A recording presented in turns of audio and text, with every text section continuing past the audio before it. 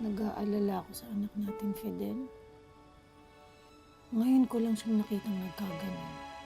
Masyado lang siyang nasaktan sa nangyari. Gano'n naman ang mga kabataan ngayon kapag nadidepress. Kung ano-anong mga naiisip.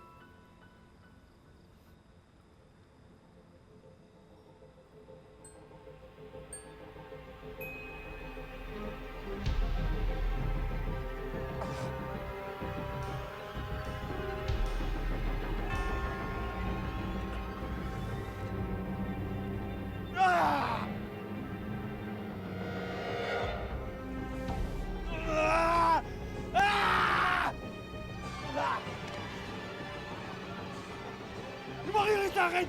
Lumayo kayo! Umalis kayo! Anong ingay sa labas yun? Kunin mo hagdan! Umalis kayo dito! Umalis kayo!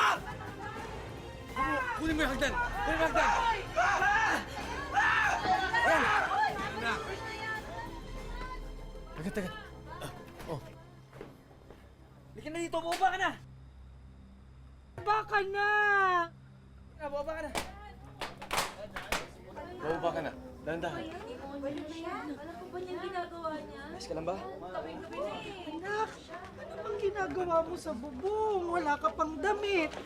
Nay, nagising ako sa sobrang init ng katawan ko.